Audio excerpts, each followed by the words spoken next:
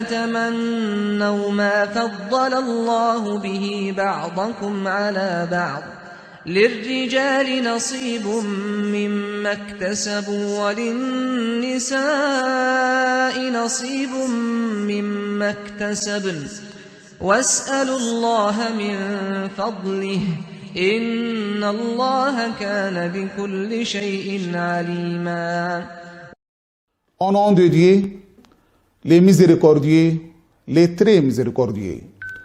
Chers frères et sœurs, dans le monde antique, la femme ne prenait pas part à l'héritage et au cas où elle y participait, elle était marginalisée.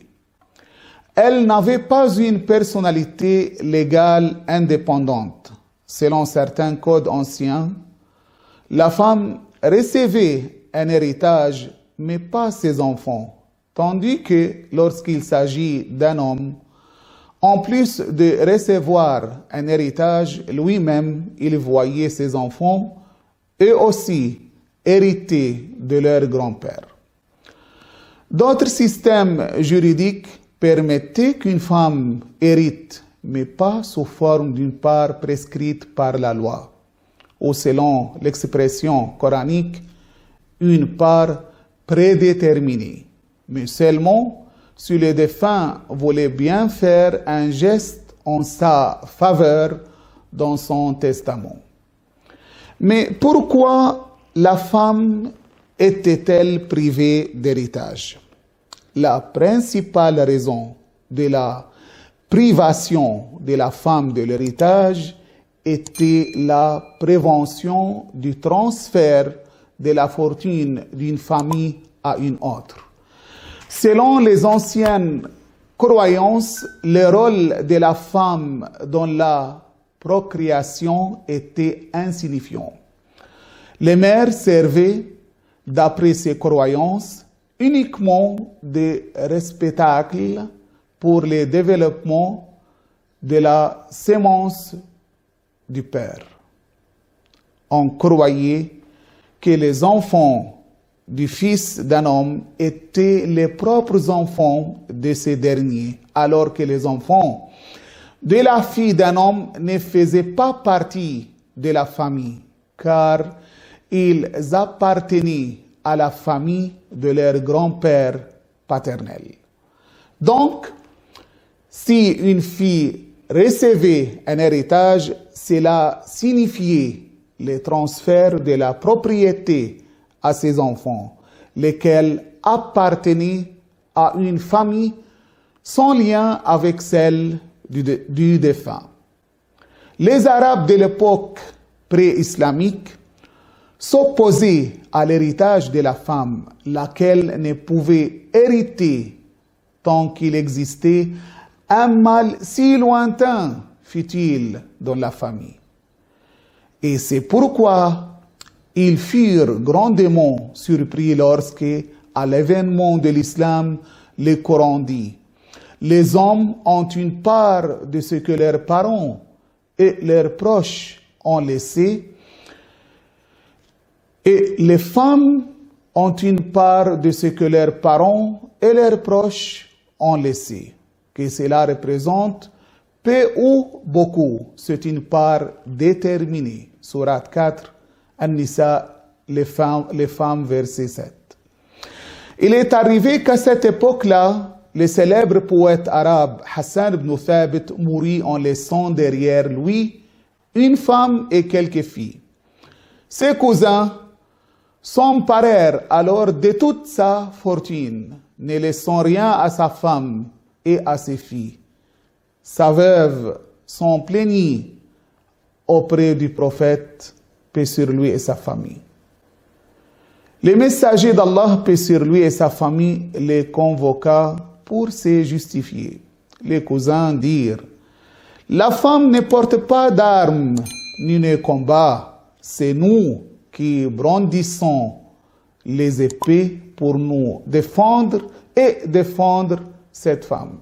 C'est pourquoi la propriété doit appartenir aux hommes. » Le prophète, paix sur lui et sa famille, leur communiqua alors le jugement d'Allah ci-dessus. Parfois, les Arabes pré-islamiques comptaient une veuve comme faisant partie de la propriété laissée par son mari défunt.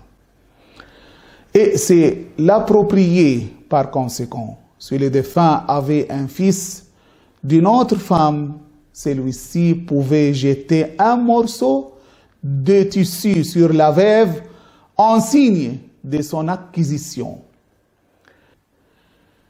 Par la suite, il pouvait disposer d'elle comme il voulait et désirait. Il avait le choix entre se marier avec elle ou l'offrir en mariage à quelqu'un d'autre pour empocher sa dot. Cette coutume, qui n'était pas particulière aux Arabes, fut abolie par le Coran. Chers frères et sœurs, depuis longtemps, la question qui se pose est de savoir pourquoi la part d'héritage de la femme est la moitié moins élevée que celle de l'homme. Et est-ce que cela n'est une sorte de discrimination en faveur des hommes? Avant de répondre à cette question, il est nécessaire de rappeler la règle d'héritage selon laquelle la part de l'homme est 2 fois plus élevée que celle de la femme n'est pas une règle générale. Souvent, la part successorale révolue à la femme est la moitié moins que celle de l'homme. Cependant, ce n'est pas toujours le cas. À titre d'exemple, dans les cas où les défunts laissent des enfants, ces 2 parents reçoivent une part égale. Selon un hadith relaté, on demanda au vénéré imam Sadiq, paix sur lui, que comment se fait-il que la femme qui est physiquement plus faible et fragile et qui donc besoin de davantage de protection doit recevoir une part d'héritage, tandis que l'homme qui est du point de vue physique et corporel plus fort et solide doit recevoir 2 parts d'héritage. L'imam répondit, la raison est que l'homme doit pourvoir aux besoins de sa famille et participer également à l'entraide judiciaire. Lorsque l'un des proches commet un délit, et c'est en procédant au paiement des quotités du prix du sang de la victime. C'est alors que la femme n'a pas de telles obligations et devoirs. Selon un autre hadith relaté du vénéré imam Sadiq, paix sur lui, l'octroi du douaire de la part de l'homme à la femme est destiné à pallier à la carence de la part successorale de la femme. Si on fait un plus d'attention, on se rend compte qu'à un certain égard, c'est en fait la part successorale de la femme qui est 2 fois plus élevée que celle de l'homme. Et c'est à cause de la protection que l'islam assure à la femme. Les obligations que les hommes devront assurer font qu'ils aient en pratique la moitié des revenus des femmes. L'homme doit pourvoir aux besoins de son épouse, comme les logements, la nourriture, l'habillement et autres besoins matériels.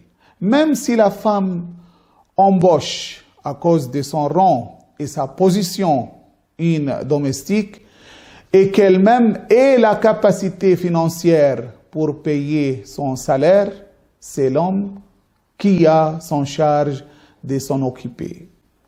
Enfin, j'attire l'attention que la loi islamique a prévu des mesures nécessaires pour assurer davantage de protection aux femmes dans les conditions particulières. À titre d'exemple, si l'homme juge nécessaire d'apporter une assistance et une protection supplémentaire à sa fille, il peut le faire pendant son vivant. C'est en lui octroyant une partie de ses biens dans le cadre de la donation, ou bien il peut préciser dans son testament qu'un tiers de ses biens, une somme plus élevée que la part d'héritage, revient à sa fille.